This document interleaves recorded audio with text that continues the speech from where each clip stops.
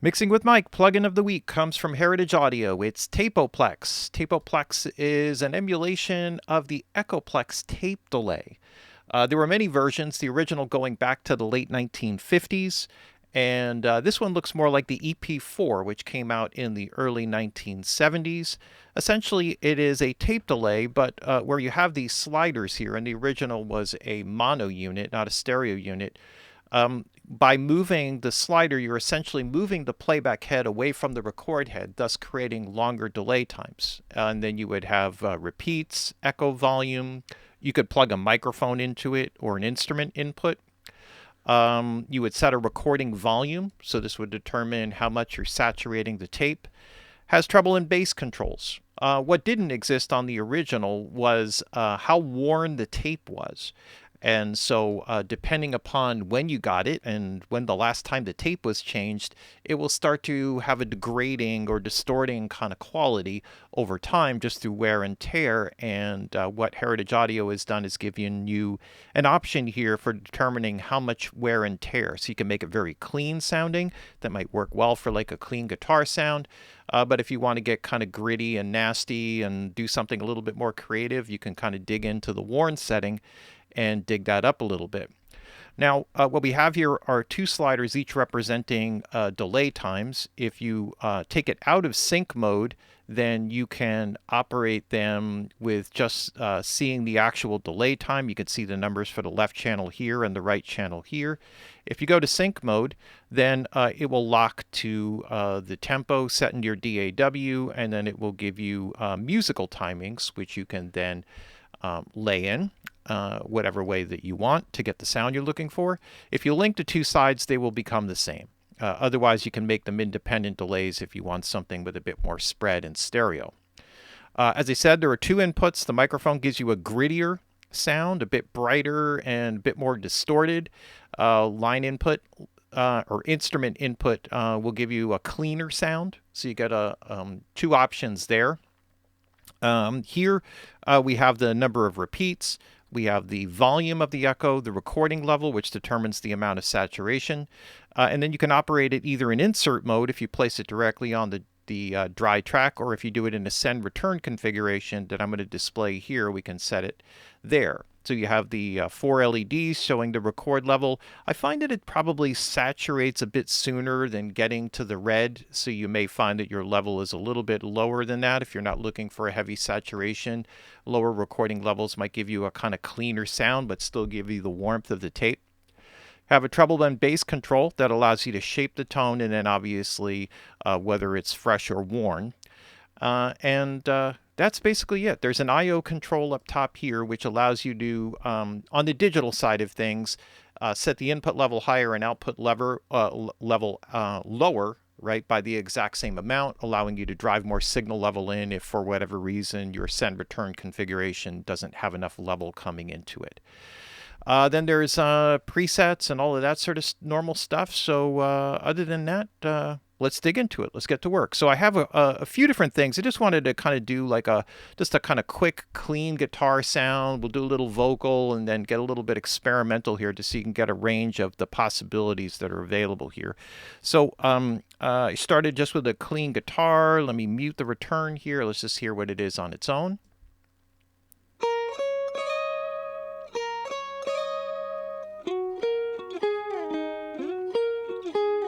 And then let's add some delays in here.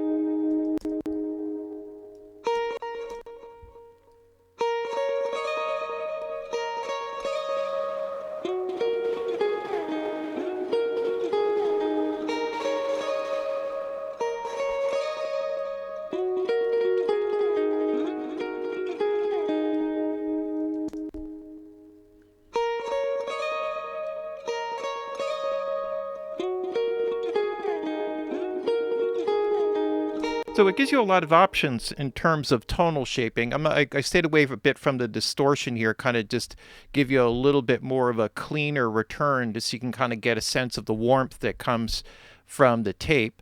And, it will work well with guitar solos. You could pretty much do it on anything. And then, if you start really digging into it, you can start playing with it almost like a musical instrument. Let's just do a quick vocal thing here and do some other returns. And maybe we can play around a little bit more with some of the sounds. Let's see what we got. Be with you, with you.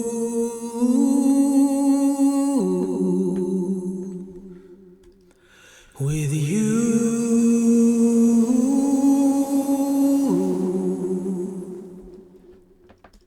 be with you, with you,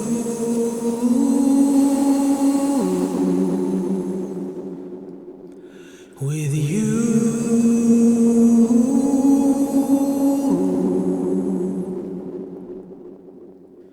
Running fast, burning dust.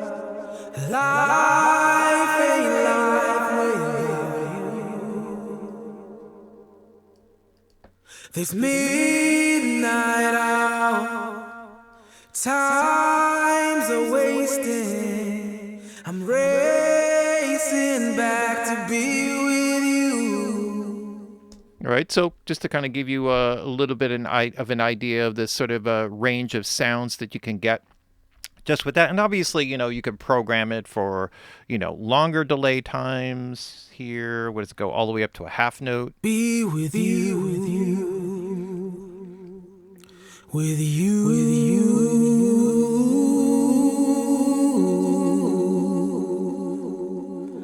With you, with you.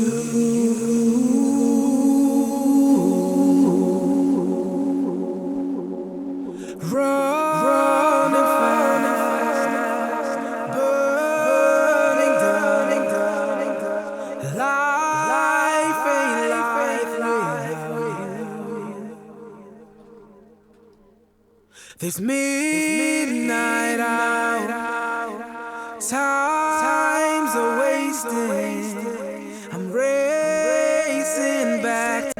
And obviously you can, do delay throws and all of that sort of thing. I'm just sort of letting it rip here a little bit. But again, kind of gives you a good way to kind of shape everything from clean to pretty dirty. What I wanted to do here also is just to kind of show you a little bit about how you can kind of play around with this with drums. So I have a separate one here, and in this in particular, we can kind of work a bit more with some of the saturation type of stuff. Let's see.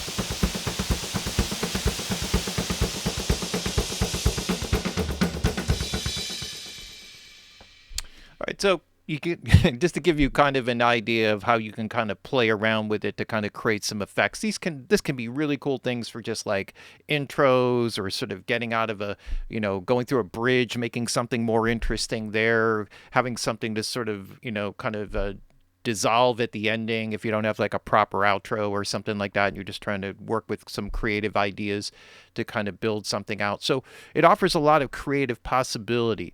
The shaping of the tone with the bass and treble controls, playing around with obviously the delay times. You can switch it out of sync and kind of work with that. Sometimes that organically kind of gives you a little bit more something more interesting, but the delays aren't perfectly synced. Obviously, it depends on the source sound and all of that. But a really cool one, a nice creative little tool you can use on pretty much anything, vocals, guitars. You saw me do it here on drums, anything that kind of needs either, you could do like a really clean kind of warm tape delay. It's great for that.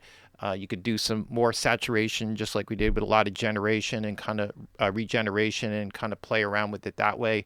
You could even set it up in your DAW where, all the parameters are just automated and you can go in and just kind of improvise and automate something along the lines of what I did, maybe better or hopefully better. All right. That's it. A really cool one. Heritage Audio keeps hitting it out of the park, and I'll keep reviewing them as long as they keep doing that. I really dig this one. Nice emulation of the TAPEoPLEX. I think circa 1970s. It looks like the EP4 to me, although I don't have an exact verification on that. Heritage Audio, TAPEoPLEX. It's plugin of the week. Check it out.